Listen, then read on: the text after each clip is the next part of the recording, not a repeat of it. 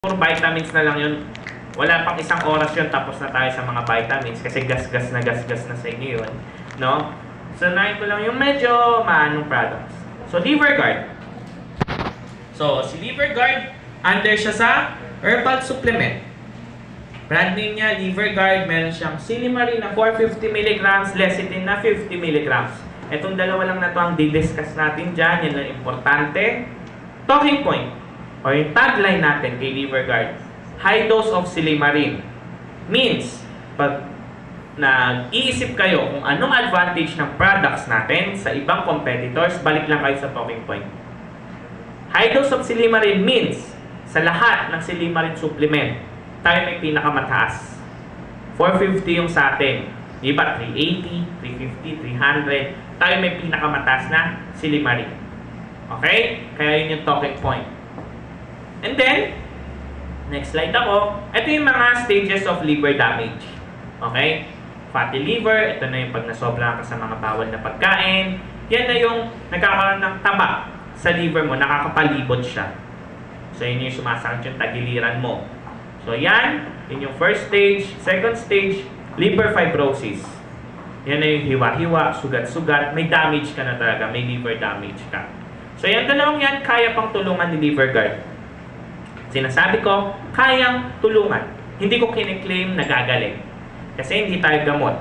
Herbal supplement lang tayo. Ito sa taas. Liver Guard ay hindi gamot.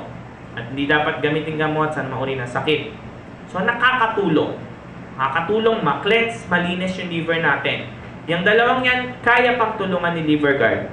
Pero itong last, si cirrhosis, wala na yan. Worst case scenario na yan, yan ay turog na yung atay mo, naninilaw ka na, etc.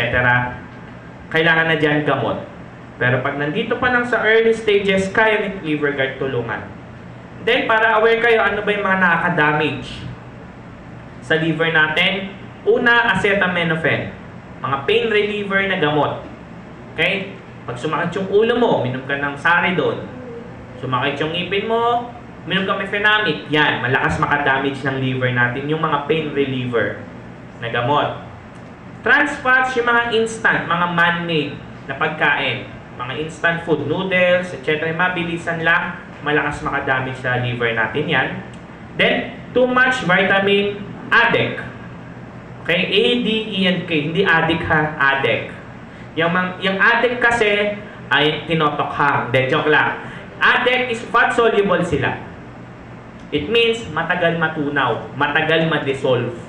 Kaya, kumakapit sa liver natin, nakakadamage siya ng liver natin. Yung apat na yan. Okay? Ayan naman is pag sobra-sobra lang. Pag hindi naman sobra, mainam yan. Kasi ang vitamin A para sa mata, D sa buto, E sa balat, yung K is para sa potassium, etc. Okay? Then, too much fats. Sobrang matataba, masisebo, mamantikang pagkain. Yan. Matagal matunaw, mabilis kumapit. Sa liver natin, nakakadamage siya.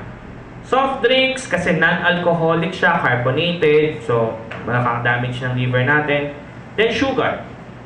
Then, syempre, kasama na yung alak dyan. Hindi ko na i-indicate kasi given naman na yun. So, yan yung mga nakakadamage na liver natin.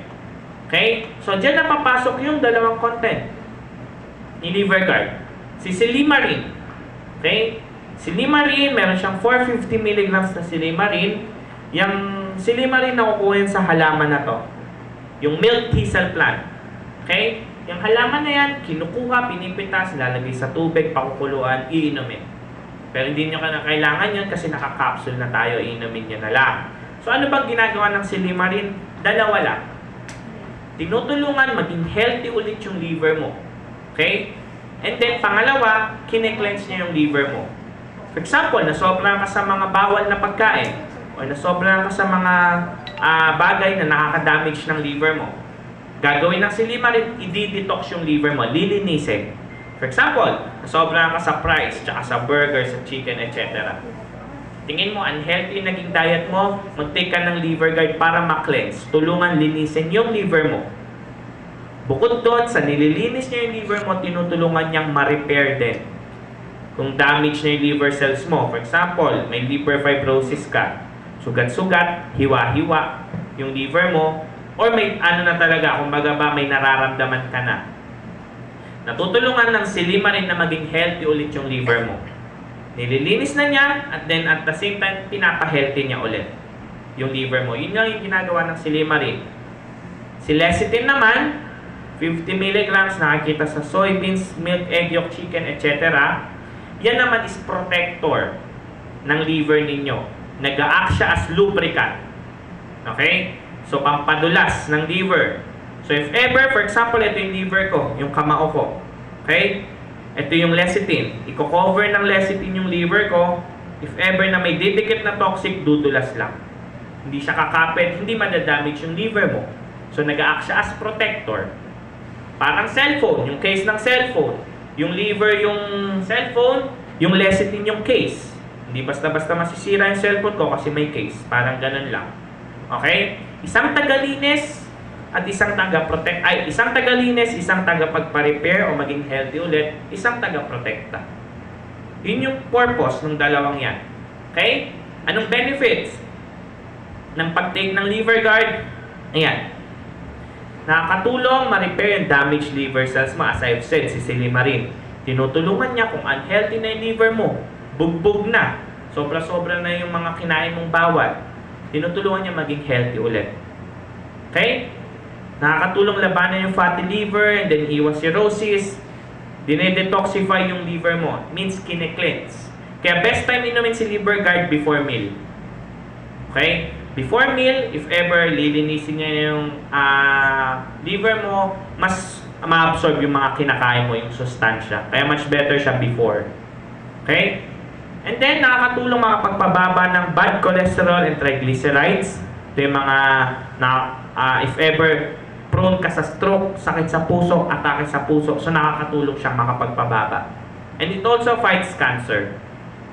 Pangalawa, increase good cholesterol. Ito yung good for the heart na tinatawag. So, nakakatulong siyang malesen yung pumping strength ng puso mo. So, nakakatulong rin siya sa mga high blood.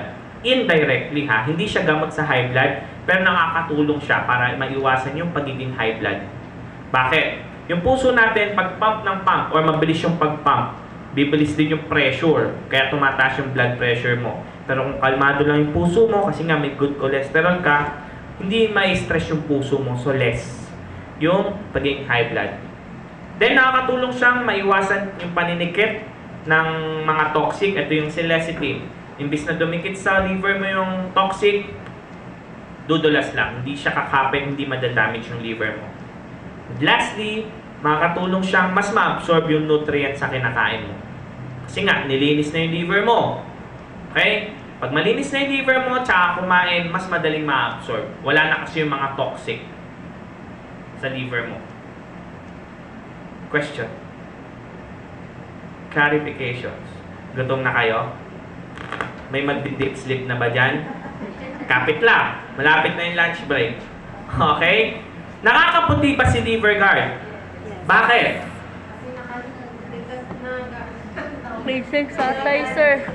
Nagde-detoxify siya? Okay. Pwede nyo siyang i-claim na nakakaputi?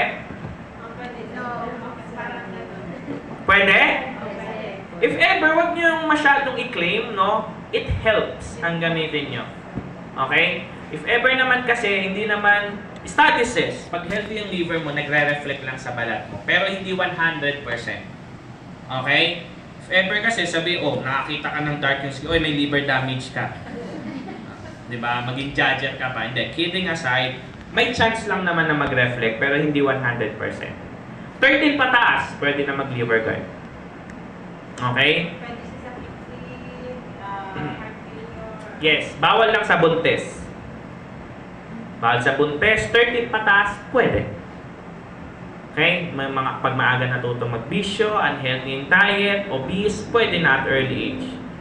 Pwede bang dalawahin? Pwede hanggang 3 kung gusto. Lalo na kung may liver damage, na sa katulong siyang mas ma-cleanse. Mas manumbalik yung sigla ng liver nila. Okay? Herbal supplement lang naman to, hindi kailangan ng reseta, kaya pwede. Pwede bang araw-arawin? Pwede. Kung sa tingin nyo, wala kayong liver damage, pwede nyo bang i-take? Pwede. Kung sa tingin nyo, ay, napasobra ako ng chicken, nagsamgyup ako, Nag-only wings ako. Pwede ka mag-liver guard para matulungan ma-detox yung katawan mo. Okay? Questions? Clarifications? Ba't hindi na kayo mangiti? May problema ba kayo? Hindi, joke lang. Okay, presyo ng liver guard. Sa Mercury, 15 pesos. Sa Watson's, 15.25, 10 plus na yung freebie scheme. Ito yung mga SKUs natin. Then may may promo pack din tayo kay Mercury lang. 100 plus 20. 10 na lang ibibigay ni BP pag yan yung binili.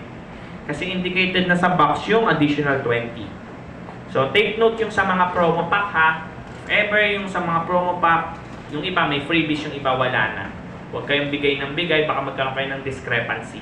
Ma-account yun sa inyo. Okay? Kung wala ng question, next tayo, Vitastin. So ito, pinakamabilis na explanation. Herbal supplement din to.